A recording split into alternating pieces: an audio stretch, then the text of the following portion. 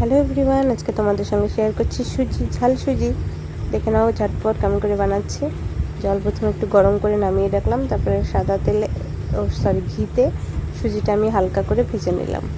ভাজার পর এটা নামিয়ে রাখলাম। এবার কড়াইতে সাদা তেল দিয়ে এতে প্রথমে চিনে বাদামগুলো ভেজে নিলাম। তারপর একটা আলু কুচি ছোটো করে কাটা, পেঁয়াজ কুচি, লঙ্কা কুচি, কারি পাতা দিয়ে একটু লবণ হলুদ দিয়ে এটা হালকা ভেজে নেব। তারপরে ভাজা সুজিগুলো এরপর এর মধ্যে দিয়ে দেব।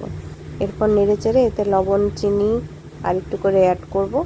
অ্যাড করার পর একটু ভাজা ভাজা হলে সেই গরম জলটা অল্প অল্প করে দিতে থাকবো, নাড়তে থাকবো। বেশি দিলে আবার বেশি সেদ্ধ হয়ে যাবে, তাই অল্প জল অল্প এরকম নাড়াচাড়া করতে হবে যাতে একটু ঝরঝরে থাকে সুজিগুলো। এটা কিন্তু খুব একটা টেস্টি দারুণ রেসিপি। আপনারা বাচ্চাদের টিফিন বা সন্ধেবেলার টিফিন হিসেবে করে নিতে পারেন। বাস তৈরি আমার ঝাল সুজি। এভাবে আপনারাও তৈরি করে নিতে পারেন। Thank you.